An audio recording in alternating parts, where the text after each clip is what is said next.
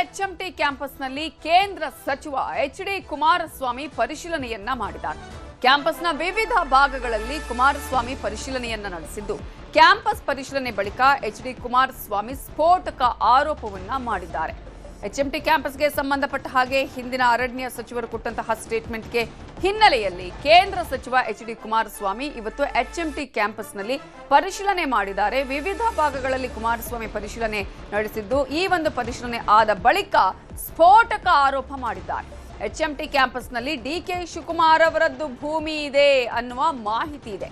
ಆ ಒಂದು ಭೂಮಿ ಡಿಕೆ ಶಿವಕುಮಾರದ್ದೇ ಅನ್ನುವ ಮಾಹಿತಿ ಇದ್ದು, ನನಗೆ ಯಾರೋ ಹೇಳಿದ್ದಾರೆ ಅಂತ ಹೇಳಿದ್ದಾರೆ ಕೇಂದ್ರ ಸಚಿವ ಎಚ್.ಡಿ. ಕುಮಾರಸ್ವಾಮಿ ಅವರು.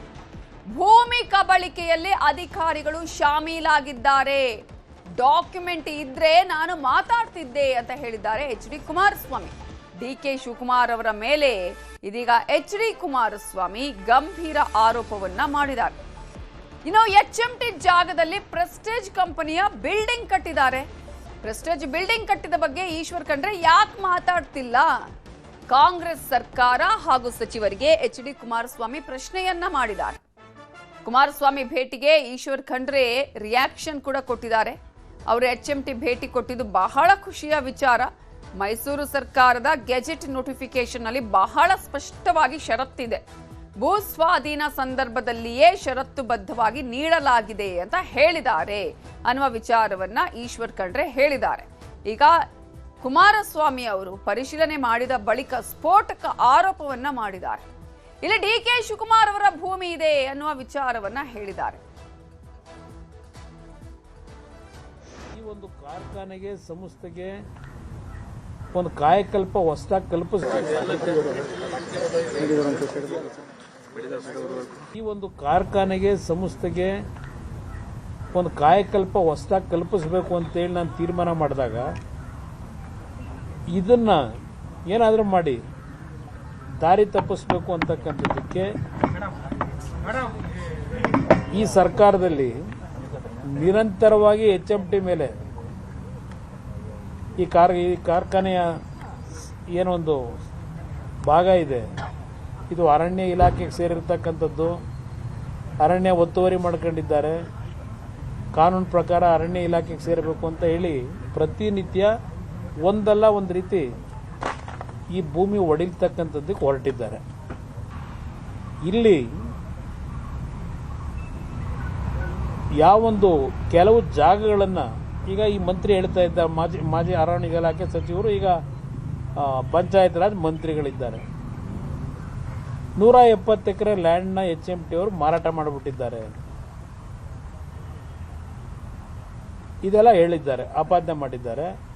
ಆಮೇಲೆ ಇದು ಈಗಲೂ ಫಿಸಿಕಲಿ ಯಾವೊಂದು ಅರಣ್ಯ ಇಲಾಖೆಗೆ ಸೇರಿದಂಥ ರೀತಿಯ ಒಂದು ಸ್ಟ್ರಕ್ಚರ್ ಇದೆ. ಈ ಅರಣ್ಯ ರೀತಿಯ ಒಂದು ಸ್ಟ್ರಕ್ಚರ್ನ ನಿಮ್ಮ ಅರಣ್ಯ ಇಲಾಖೆಯವರು ಮಾಡಿದ್ದಾರಾ? ಇದನ್ನು ಉಳಿಸಿದ್ದಾರಾ? ಇಲ್ಲಿ ಪ್ರಶ್ನೆ ಈಗ 175 ಎಕರೆ ಹೇಳ್ತಾರಲ್ಲ, 175 ಎಕರೆ ಖಾಸಗಿಯವರಿಗೆ ಮಾರಾಟ ಮಾಡಿರ್ತಕ್ಕಂಥ ವಿಷಯದಲ್ಲಿ ಚರ್ಚೆ ಮಾಡಿದ್ರು. ಯಾರಿಂದ ಇದೆಲ್ಲ ಆಗಿರೋದು? ವಿಶ್ವ ದರ್ಜೆಗೆ ಬೆಂಗಳೂರು ನಗರ ತೆಗೆದುಕೊಂಡು ಹೋಗಿರೋದು ಇಲ್ಲೇ ನೋಡ್ಬೋದು. ಈ ಎಚ್ಎಂಟಿ ಆವರಣದಲ್ಲಿ ವಿಶ್ವ ದರ್ಜೆಗೆ ಯಾವ ರೀತಿ ತೆಗೆದುಕೊಂಡು ಹೋಗಿದ್ದೀರಿ? ಯಾವುದೋ ವೆಲ್ಲಿಂಗ್ಟನ್ನು, ಪ್ರೆಸ್ಟೀಜು, ಬ್ರಿಗೇಡು ಅಲ್ಲ, ಹಲವಾರು ಇದಾವೆ ಇಲ್ಲಿ. ನೀವು ನೋಡಿದ್ರಿ ಬಿಲ್ಡಿಂಗ್ಗಳು. ನಮ್ಮ ಎಚ್ಎಂಟಿ ನೂರಾರು ಜನ, ಸಾವಿರಾರು ಜನಕ್ಕೆ ಅನ್ನ ಕೊಟ್ಟಂಥ ಸಂಸ್ಥೆ. ಒಂದು ಕಡೆ ಬಿಲ್ಡಿಂಗ್ಗಳಲ್ಲಿ ಇರ್ತಕ್ಕಂಥ ಕಿಟಕಿಗಳು, ಪಟಿಕೆಗಳು ಎಲ್ಲ ಕಿತ್ಕೊಂಡು ಒಂದು ಕಡೆ ಅನಾಥವಾಗಿ ನನ್ನ ನೋಡ್ರಪ್ಪ ಅಂತ ಅಲ್ಲಿ ಆ ಬಿಲ್ಡಿಂಗ್ಗಳು ಅಳ್ತಾವೆ. ಇನ್ನೊಂದು ಕಡೆ ಬೃಹದಾಕಾರವಾಗಿ ಕಟ್ಟಿದ್ದಾರೆ ಇದೇ ಜಾಗದಲ್ಲಿ, ಎಚ್ಎಂಟಿ ಜಾಗದಲ್ಲಿ. ಯಾವ ಕಾಲದಲ್ಲಿ ಇವೆಲ್ಲ ನಡೀತು ಈಶ್ವರ್ ಖಂಡ್ರೆ ಅವರೇ? ನೀವು ಹೇಳ್ತಕ್ಕಂಥ ರೀತಿಯಲ್ಲಿ ಇವೆಲ್ಲ ಅರಣ್ಯ ಇಲಾಖೆಗೆ ಸೇರಿದ್ರೆ ಮಾಜಿ ಮುಖ್ಯಮಂತ್ರಿಗಳಾದಂಥ ಮಾನ್ಯ ಕುಮಾರಸ್ವಾಮಿ ಅವರು ಎಚ್ಎಂಟಿ ಪ್ರದೇಶಕ್ಕೆ ಭೇಟಿ ಕೊಟ್ಟಿದ್ದಾರೆ ಅಂತ ಸುದ್ದಿ ಕೇಳಿ ನನಗೆ ಖುಷಿ ಆಗಿದೆ. ಮೊನ್ನೆ 11ನೇ ತಾರೀಕಿಗೆ ನಾನು ಒಂದು ಮಾಧ್ಯಮಗೋಷ್ಠಿ ಮಾಡಿ ಅವರಿಗೆ ಎಚ್ಎಂಟಿ ಬಗ್ಗೆ ಏನೊಂದು ಗೊಂದಲ ಇತ್ತು, ಅದು ಇವತ್ತು ಸ್ಪಷ್ಟೀಕರಣ ಮಾಡಬೇಕು ಅಂತೇಳಿ ಹೇಳಿ ಇದು ರಾಜ್ಯ ಸರ್ಕಾರದ ಆಸ್ತಿ ಇದೆ ಮತ್ತು ಇಲ್ಲಿ ಸುಮಾರು 280 ಎಕರೆಯಲ್ಲಿ ಹಸಿರು ಹೊದಿಕೆ ಇದೆ ಅನ್ನುವಂಥದ್ದು ನಾನು ಖುದ್ದಾಗಿ ಪರಿಶೀಲನೆ ಮಾಡಿ ಬಂದಿದ್ದೇನೆ ಅಂತ ಹೇಳಿದ್ದೆ. ನೀವು ಬೇಕಾದರೆ ಖುದ್ದಾಗಿ ಪರಿಶೀಲನೆ ಮಾಡಿ ಅಂತೇಳಿ ಹೇಳಿದ್ದೆ. ಇವತ್ತು ಅವರು ಖುದ್ದಾಗಿ ಅಲ್ಲಿಗೆ ಹೋಗಿದ್ದಾರೆ ಅಂತೇಳಿ ಸುದ್ದಿ ಬಂದಿದೆ. ಅದಕ್ಕೆ ಹೋಗಿದ್ದಾರೆ ಹಿರಿಯ ಅಧಿಕಾರಿಗಳ ಜೊತೆಯಲ್ಲಿ. ಅದಕ್ಕೆ ಅವರಿಗೆ ಅಭಿನಂದನೆಗಳನ್ನು ಸಲ್ಲಿಸ್ತಾ ಇದ್ದೇನೆ. ಒಂದು ಮಾತು ಹೇಳಿಕೆ ಬಯಸ್ತಾ ಇದ್ದೀನಿ, ಅಲ್ಲೇ ಪಕ್ಕದಲ್ಲಿ ಕೆಲವೊಂದು ಜಮೀನು HMT ಇದಕ್ಕೆ ಹೊರತುಪಡಿಸಿನೂ ಭೂಸ್ವಾಧೀನ ಮಾಡಿಕೊಂಡಿದೆ.